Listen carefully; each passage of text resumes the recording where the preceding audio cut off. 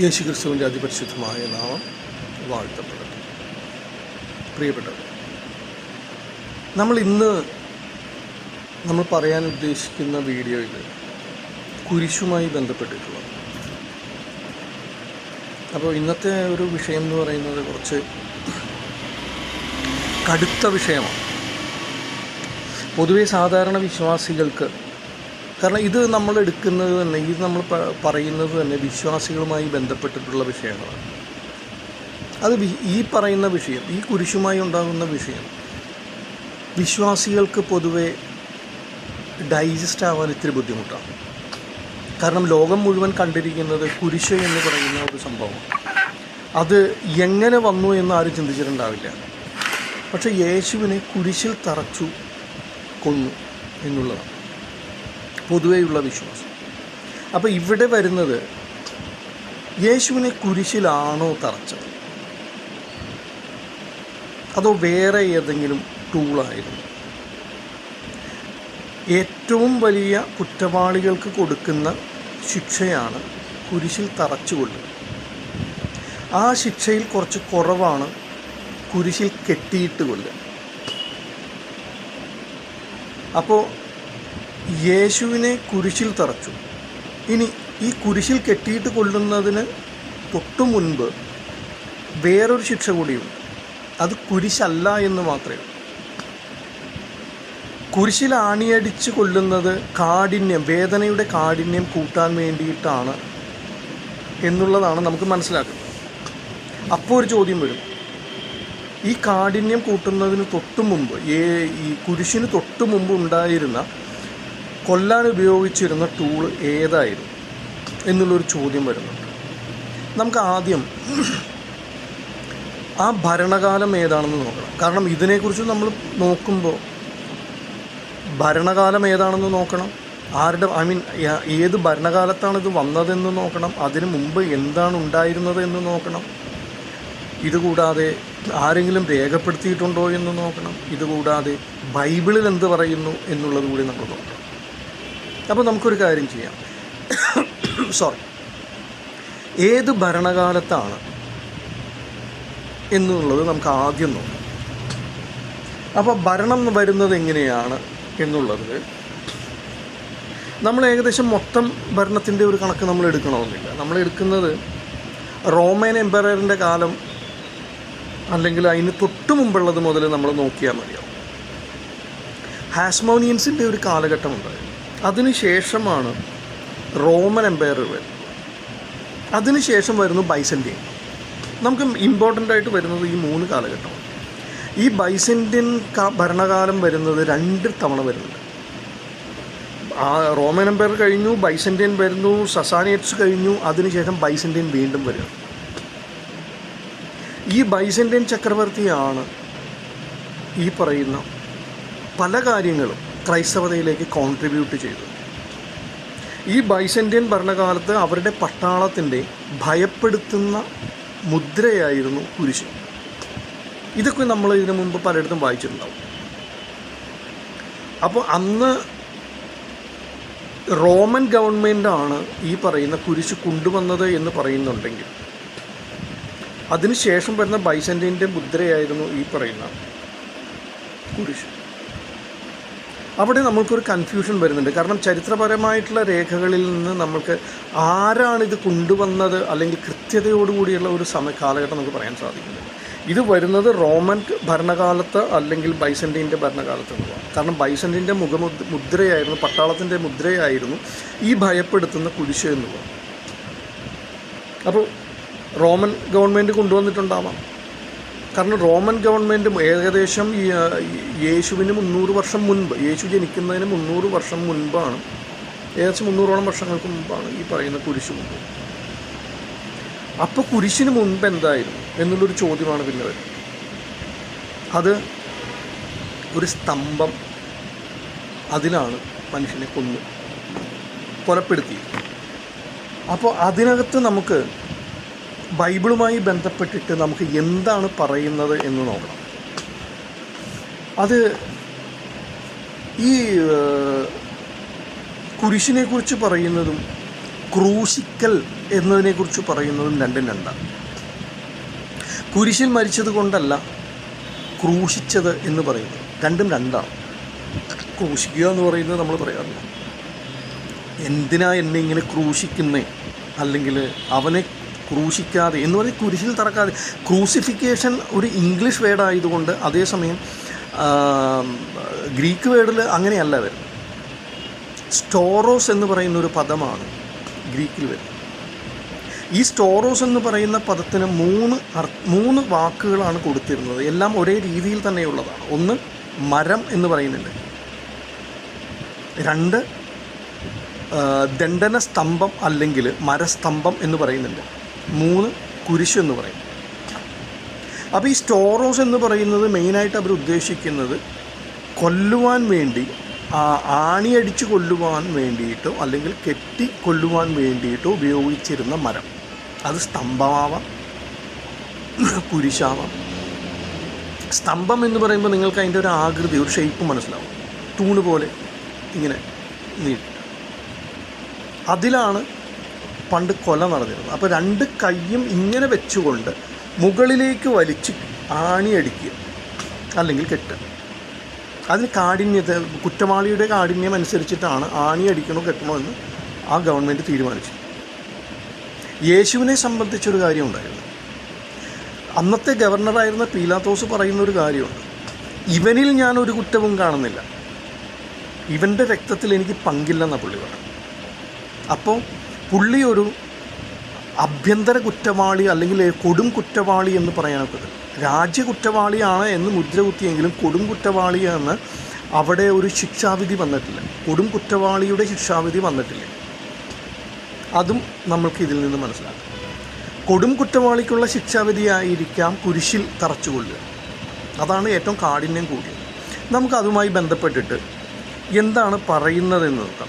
ഇതിനെക്കുറിച്ച് ജർമ്മൻ ഭാഷയിൽ കുരിശും ക്രൂശിക്കലും എന്നൊരു ഗ്രന്ഥത്തിൽ നിന്ന് ഹെർമൻ ഹുൾഡ പറയുന്നത് ഇങ്ങനെയാണ്: തൂക്കാൻ ഉദ്ദേശിച്ച സ്ഥലങ്ങളിൽ, അതായത് ഒരു മനുഷ്യനെ ഈ കുരിശിലോ തറക്കാൻ ഉദ്ദേശിച്ച് കൊല്ലാൻ ഉദ്ദേശിച്ചിരിക്കുന്ന ആ സ്ഥലങ്ങളിൽ വൃക്ഷങ്ങൾ ഇല്ലെങ്കിൽ എന്ന് പറയും.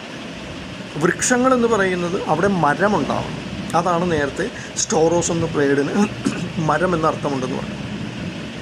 അപ്പോൾ ഈ മരത്തിലാണ് സ്ഥിരമായിട്ട് അവിടെ തൂക്കുക അല്ലെങ്കിൽ അണിയിച്ച് കൊല്ലുക ചെയ്തുകൊണ്ടിരുന്നത്. അങ്ങനെ വരുമ്പോൾ അവിടെ ആ മരം പെർമനൻ്റ്ലി ഉണ്ടാവണം. ഇവർക്ക് നിശ്ചയിക്കാം ഏത് സ്ഥലത്താണ് മനുഷ്യനെ കുരിശിൽ തറച്ച് കൊല്ലേണ്ടത് അല്ലെങ്കിൽ തൂക്കിക്കൊല്ലേണ്ടത്, തൂക്കുക എന്നുള്ളത്. അങ്ങനെ വരുമ്പോൾ അവിടെ മരമുണ്ടാവണം ആ സ്ഥലത്ത്. ചില സ്ഥലങ്ങളിൽ തീരുമാനിക്കുമ്പോൾ അവിടെ മരം ഉണ്ടായില്ല എങ്കിൽ എന്തു ചെയ്യണം? തൂണ് നാട്ടി ക്രൂശിക്കണം. അപ്പോൾ തൂണെന്ന് പറഞ്ഞാൽ മരസ്തംഭം അവിടെ കുഴിച്ചിടുക, എന്നിട്ട് ക്രൂശിക്കുക. അപ്പോൾ നിങ്ങൾക്ക് നിങ്ങൾക്ക് ഇതിൻ്റെ ഏകദേശം അർത്ഥം മനസ്സിലായിട്ടുണ്ടാവും. ക്രൂശിക്കുക എന്ന് പറയുന്നതും തൂണ് നാട്ടി ക്രൂശിക്കുക എന്ന് പറയുന്നത്, തൂണെന്ന് പറയുന്ന ഒരു സ്തംഭാകൃതി തൂണാണ്. അതിനകത്ത് ക്രൂശിക്കുക എന്ന് പറയുമ്പോൾ അത് കുരിശടയാളത്തിലല്ല വരുന്നത്. അതെ. അപ്പോൾ അത് നിങ്ങൾക്ക് ഇനി സൈലോൺ ഓക്സ്ഫോർഡ് യൂണിവേഴ്സിറ്റിയിൽ 1968 ഇറക്കിയ ഒരു ബുക്കിനകത്ത് പേജ് നമ്പർ 1192 1191 ഇതിനെ സ്റ്റോറോസിനെ ഒറ്റത്തടിയിൽ തീർത്ത സ്തംഭാകൃതിയിലുള്ളവയെക്കുറിച്ചാണ് സൂചിപ്പിക്കുന്നത് എന്ന് പറയുന്നു. അതായത് അതിനകത്ത് സ്റ്റോറോസ് എന്ന് ഞാൻ പറഞ്ഞല്ലോ, അതാണ് അതിൻ്റെ വേർഡ് വരുന്നത്. ഇതിനെ സൂചിപ്പിക്കുന്നത് സ്തംഭാകൃതിയിലുള്ള മരം എന്നാണ് സൂചിപ്പിക്കുന്നത്. അപ്പോൾ ഇതൊരിക്കലും കുരിശാവുന്നു. സ്തംഭം എന്ന് പറയുമ്പോൾ അത് ഒറ്റത്തടിയാണ് മേളിലേക്ക് പോകുന്നു. അത് കുരിശ് ഒരെണ്ണം നേരെ വന്നു, പിന്നെ ഒരെണ്ണം ഇങ്ങനെ വട്ടം വന്നു, ആകുന്നില്ല. അപ്പോൾ ഇതൊരു കുരിശല്ല എന്ന് നമുക്ക് മനസ്സിലാവും. ഇത് ചരിത്രത്തിൽ നിന്നാണ് മനസ്സിലാവും. ഇനി ഇത് ബൈബിളിൽ എന്താണ് പറയുന്നത് എന്ന് നമുക്ക് നോക്കണം. ബൈബിൾ പറയുന്നത് എന്താണ്? നമുക്കത് നോക്കണമെങ്കിൽ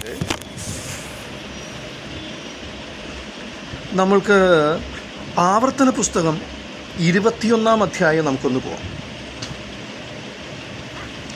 ആവർത്തന പുസ്തകം 21-ാം അധ്യായത്തിൽ 22-ഉം 23-ഉം വചനങ്ങൾ നമുക്കൊന്ന് നോക്കാം.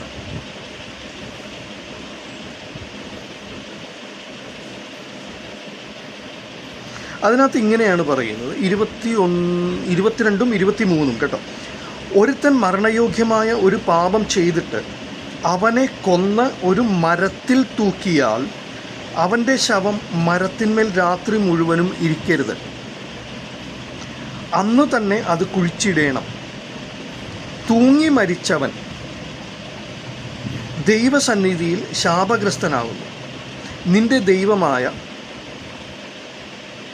യഹോവയ്ക്ക് നിനക്ക് അവകാശമായി തരുന്ന ദേശം നീ അശുദ്ധമാക്കരുത്. അപ്പോൾ ഇവിടെ നമുക്ക് കാര്യങ്ങൾ ഏകദേശം വ്യക്തമാവുന്നുണ്ട്. അവനെ കൊന്ന മരത്തിൽ തൂക്കിയാൽ അങ്ങനെയുമാവാം, അവൻ്റെ ശവം മരത്തിൽ രാത്രി മുഴുവൻ ഇരിക്കരുത് എന്ന് പറയുന്നുണ്ട്. അതായത് തൂങ്ങി മരിച്ചവൻ. അപ്പോൾ അന്നത്തെ നാട്ടിൽ, അന്നത്തെ ഭരണ സംവിധാനത്തിൽ ഒരു മനുഷ്യനെ വധശിക്ഷയ്ക്ക് വിധിക്കുമ്പോൾ അവനെ എങ്ങനെ വധിക്കണം എന്നുള്ളതിന് ഒരു നിയമമുണ്ട്. നമ്മുടെ ഇന്ത്യയിലാണെന്നുണ്ടെങ്കിലും ഒരു കുറ്റവാളിയെ വധശിക്ഷയ്ക്ക് വിധിച്ചു കഴിഞ്ഞാൽ അവിടെ എന്താ പറയുക, അവൻ എന്താ ചെയ്യുക? തൂക്കിക്കൊല്ലാൻ വിധിക്കുക. അവനെ വധശിക്ഷയ്ക്ക് വിധിച്ചു എന്ന് കരുതിയിട്ട് അവനെ തല്ലിക്കൊല്ലാനോ അല്ലെങ്കിൽ കത്തിവെച്ച് കുത്തിക്കൊല്ലാനോ കഴുത്ത് വെട്ടിക്കൊല്ലാനോ നമ്മുടെ ഇന്ത്യൻ നിയമത്തിൽ ഇല്ല. അപ്പോൾ അവനെന്ത് ചെയ്യും? തൂക്കിക്കൊല്ലും. ഇതേപോലെ തന്നെ എല്ലാ രാജ്യങ്ങൾക്കും അവരുടേതായിട്ടുള്ള ഒരു നിയമങ്ങളുണ്ട്. ഇത് തന്നെ അവിടെയും ഉണ്ടായിരുന്നു. അപ്പോൾ ഇവനെ തൂക്കുന്നത് മരത്തിലായിരിക്കണം എന്ന് പറയുന്നുണ്ട്. മരത്തിൽ എന്നാണ് നമുക്ക്. ഇനി നമുക്കൊരു കാര്യം ചെയ്യാം. ഗലാത്യറിൻ്റെ 3:13 കൂടി നമുക്കൊന്ന് നോക്കാം. അവിടെ നിയമവുമായി ബന്ധപ്പെട്ടിട്ട് എന്തെങ്കിലും വരുന്നുണ്ടോ എന്നുള്ളത് നോക്കാം. 3:13 3:13 ഇങ്ങനെയാണ് പറയുന്നത്.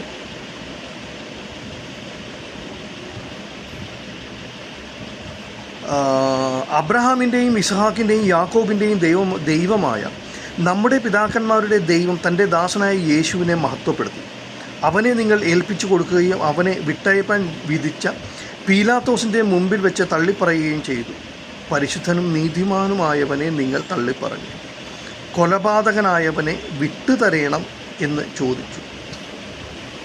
ജീവനായകനെ കൊന്നുകളഞ്ഞു എന്നാണ് പറയുന്നത്. അപ്പോൾ ഇവിടെ ബറാബാസ് എന്ന് പറയുന്ന ഒരു വ്യക്തിയുമായി ബന്ധപ്പെടുന്നുണ്ടല്ലോ, നിങ്ങൾക്കെല്ലാവർക്കും അറിയാവുന്ന കാര്യം. ഇദ്ദേഹത്തിനെ വേണം, തിരിച്ചു വേണം, ഇവനെ കൊന്നുകളയണം. അപ്പോൾ ഇവിടെ എന്താണ് പറയുന്നത്? പിതാക്കന്മാരുടെ യേശുവിനെ മഹത്വപ്പെടുത്തി, യേശുവിനെ നിങ്ങൾ ഏൽപ്പിച്ചു കൊടുക്കുകയും അവനെ വിട്ടയപ്പാൻ വിധിച്ച പീലാത്തോസിൻ്റെ മുമ്പിൽ തള്ളിപ്പറയുകയും ചെയ്തു. അപ്പോൾ ബറാബാസിനെ വേണം, ജനങ്ങൾക്ക് വേണം, ഇവനെ കൊലപ്പെടുത്താനും പറഞ്ഞു. അപ്പോൾ ഇവിടെ പീലാത്തോസ് അവനിൽ കുറ്റം കണ്ടെത്തിയിട്ടില്ല എന്നുകൂടി ഇവിടെ പറയുമോ? പീലാത്തോസാണ് വിധിക്കുന്നത്, പക്ഷെ ജനങ്ങളുടെ ആവശ്യപ്രകാരം വിട്ടുകൊടുക്കുക. അപ്പോൾ ഇവൻ രാജ്യാന്തര കൊടും കുറ്റവാളി അല്ല എന്ന് നമുക്കിവിടെ ഏകദേശം മനസ്സിലാവുന്നുണ്ട്. ഇനി നമ്മൾക്ക് വേറെ ഒരു വചനങ്ങൾ ഒന്നുകൂടെ നമുക്കൊന്ന് നോക്കാം. എന്താണ്? അപ്പോസ്തല പ്രവൃത്തികൾ 2:36 ഒന്ന് നോക്കാം. അത് ഞാൻ ഈ ബുക്കൊക്കെ എടുക്കുമ്പോഴേ ലേറ്റ് ആവുന്നുണ്ടല്ലേ, അറിയാം, എനിക്ക് മനസ്സിലാവുന്നുണ്ട്. ഞാനത് കുറച്ചുകൂടെ സ്പീഡാക്കാൻ ശ്രമിക്കാം. അപ്പോസ്തല പ്രവൃത്തികൾ 2:36 എന്താണ് പറയുന്നത്?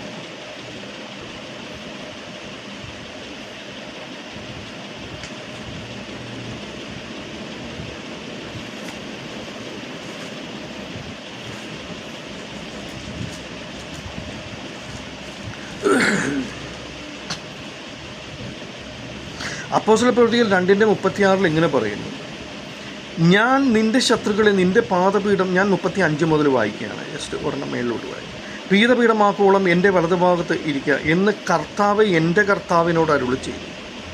അപ്പോൾ ഇത് വേറൊരു സബ്ജക്റ്റാണ്, നമ്മളിപ്പോൾ അതിനകത്തേക്ക് പോകുന്നില്ല. കർത്താവ് എൻ്റെ കർത്താവിനോട് അരുളി ചെയ്തു എന്ന് പറയുമ്പോൾ 2 കർത്താക്കൾ വരുന്നുണ്ട്. അത് നമുക്ക് വേറൊരു ദിവസം എടുക്കാം എന്ന് പറയും. ആകയാൽ നിങ്ങൾ ക്രൂശിച്ച യേശുവിനെ തന്നെ ദൈവം കർത്താവും ക്രിസ്തുവുമാക്കി വെച്ചു എന്ന് ഇസ്രായേൽ ജനമൊക്കെയും നിശ്ചയമായി അറിഞ്ഞുകൊള്ളട്ടെ. അപ്പോൾ ഇവിടെ ടോപ്പിക്ക് നമുക്ക് വേറൊരു ടോപ്പിക്കിലേക്ക് പോകേണ്ടി വരും. നമ്മൾ തൽക്കാലം ഈ ഒരു ടോപ്പിക്ക് തീർക്കാൻ വേണ്ടിയിട്ട് നമ്മൾ ഇത് തീർക്കേണ്ട ആവശ്യമുള്ളത് കൊണ്ട് നമ്മൾ ഇതിനകത്തേക്ക് പോകുന്നില്ല. കാരണം ദൈവം കർത്താവും ക്രിസ്തുവുമാക്കി വെച്ചു എന്നൊക്കെ പറയുമ്പോഴേക്കും നമ്മൾ അത് എന്താണ് അങ്ങനെ പറയുന്നത്, ഈ കർത്താവ് ആരാണ്, ക്രിസ്തു എന്ന് പറഞ്ഞാൽ എന്താണ്, ദൈവം ഇവനെൻ്റെ ക്രിസ്തുവാണ്, അതെന്താണ് അങ്ങനെ പറയുന്നത്, ഇതൊക്കെ നമ്മൾ നോക്കേണ്ടി വരും. നമുക്കൊരു കാര്യം കൂടി ചെയ്യാം. അപ്രവൃത്തികൾ 5:30 കൂടി നമുക്കൊന്ന് നോക്കാം. 5:30 എന്താ പറയുന്നത്? നിങ്ങൾ മരത്തിൽ തൂക്കിക്കൊന്ന യേശുവിനെ നമ്മുടെ പിതാക്കന്മാരുടെ ദൈവം ഉയർപ്പിച്ചു. ബൈബിളിലാണ് പറയുന്നത്, നിങ്ങൾ മരത്തിൽ തൂക്കിക്കൊന്ന യേശുവിനെ. അപ്പോൾ ഇവിടെ കുരിശിലാണോ യേശുവിനെ കൊന്നത്? ബൈബിളിൽ പറയുന്നു അല്ല. നിങ്ങൾ മരത്തിൽ തൂക്കിക്കൊന്ന യേശുവിനെ നമ്മുടെ പിതാക്കന്മാരുടെ ദൈവം ഉയർപ്പിച്ചു. അപ്പോൾ ദൈവം ഉയർപ്പിച്ചു. എവിടെയാണ് യേശുവിനെ തൂക്കുന്നത്? മരത്തിലാണ്. ഇതാണ് നേരത്തെ പറഞ്ഞിരുന്നത്, ചരിത്രത്തിൽ പറഞ്ഞിരുന്നത് എന്താണ്? അവിടെ ഒരുത്തനെ തൂക്കിക്കൊല്ലണം അല്ലെങ്കിൽ കൊല്ലണം എന്ന് വിധി വന്നു കഴിഞ്ഞാൽ അവിടെ പറയുന്ന സ്ഥലത്ത് മരമുണ്ടോ എന്ന് പരിശോധിക്കണം. മരമില്ല എങ്കിൽ സ്തംഭം നാട്ടണം. അപ്പോൾ സ്തംഭം നാട്ടണം. അത് മരസ്തംഭം എന്നോ അല്ലെങ്കിൽ ദണ്ഡന സ്തംഭം എന്നോ അതിനെ സൂചിപ്പിക്കാറുണ്ട്. അപ്പോൾ മരത്തിലാണ് ഇവിടെയും കൊന്നിരിക്കുന്നത്. അപ്പോൾ കുരിശിലല്ല. ഇനി നമുക്ക് വേറൊരു കാര്യം ചെയ്യാം. പ്രവൃത്തികളിൽ തന്നെ 10:39, 10-ാം അധ്യായം 39-ാമത്തെ വാക്യത്തിൽ എന്താ പറയുന്നത്?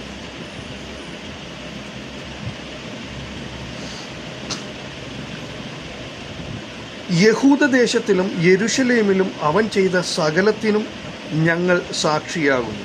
അവനെ അവർ മരത്തിന്മേൽ തൂക്കിക്കൊന്നു. അപ്പോൾ ഇവിടെയും പറയുന്നത് യേശുവിനെ കുരിശിൽ തറച്ചു എന്നല്ല പറയും, അവനെ മരത്തിൽ തൂക്കിക്കൊന്നു എന്നാണ് പറയുന്നത്. ഇനിയും നമുക്ക് വേറെ ഒരെണ്ണം കൂടി പോവാം. നമ്മൾ 1-2 കൊണ്ട് നിർത്തണം. നമുക്ക് ഒരെണ്ണം കൂടിയും പോവാം. നമുക്ക് ഗലാത്യരിൽ 3-ാം അധ്യായം നമുക്കൊന്ന് നോക്കാം. ഗലാത്യർ 3:13 എന്താ പറയുന്നത്? യേശുവിനെ എങ്ങനെ കൊന്നു എന്നാണ് പറയുന്നത്? മരത്തിൽ തൂക്കുന്നവനെല്ലാം ശപിക്കപ്പെട്ടവൻ എന്ന് എഴുതിയിരിക്കുന്നത് പോലെ ക്രിസ്തു നമുക്ക് വേണ്ടി ശാപമായി തീർന്നു. ഇല്ലേ? അപ്പോൾ സകല നന്മകളുടെയും സകല സ്നേഹത്തിൻ്റെയും ഉറവിടമായിട്ടുള്ള ക്രിസ്തുവിനെ കുരിശിൽ തറച്ചപ്പോൾ, അതായത് ശപിക്കപ്പെട്ടവനാണ്. കുരിശിൽ തറച്ച് മരിക്കുന്നവൻ ശപിക്കപ്പെട്ടവൻ. അതുകൊണ്ടാണ് യേശുവിനെ കുരിശിൽ തറക്കാൻ വേണ്ടിയിട്ട് ജനങ്ങളാലുള്ള വിധി പറയുന്നു. ജനങ്ങൾ ആഗ്രഹിക്കുന്നതാണ്. കാരണം നല്ലൊരു മനുഷ്യനായിട്ടോ ഈ ലോകത്തിൻ്റെ നായകനായിട്ടോ ഈ ലോകം രക്ഷിക്കാൻ വരുന്നവനായിട്ടോ യേശുവിനെ കാണാതിരിക്കാൻ വേണ്ടിയിട്ട് യേശുവിനെ കുരിശിൽ തറച്ചു കൊന്നു കഴിഞ്ഞാൽ അവൻ ശപിക്കപ്പെട്ടവനായി. അതാണ് ഈ പറയുന്നത്. എന്ന് മരത്തിന്മേൽ തൂങ്ങുന്നവനെല്ലാം ശപിക്കപ്പെട്ടവൻ എന്ന് എഴുതിയിരിക്കുന്നത് പോലെ ക്രിസ്തു നമുക്ക് വേണ്ടി ശാപമായി തീർന്നു. അപ്പോൾ യേശു നമുക്ക് വേണ്ടി ഒരു ശാപമായിട്ട് തീർന്നു എന്നാണ്.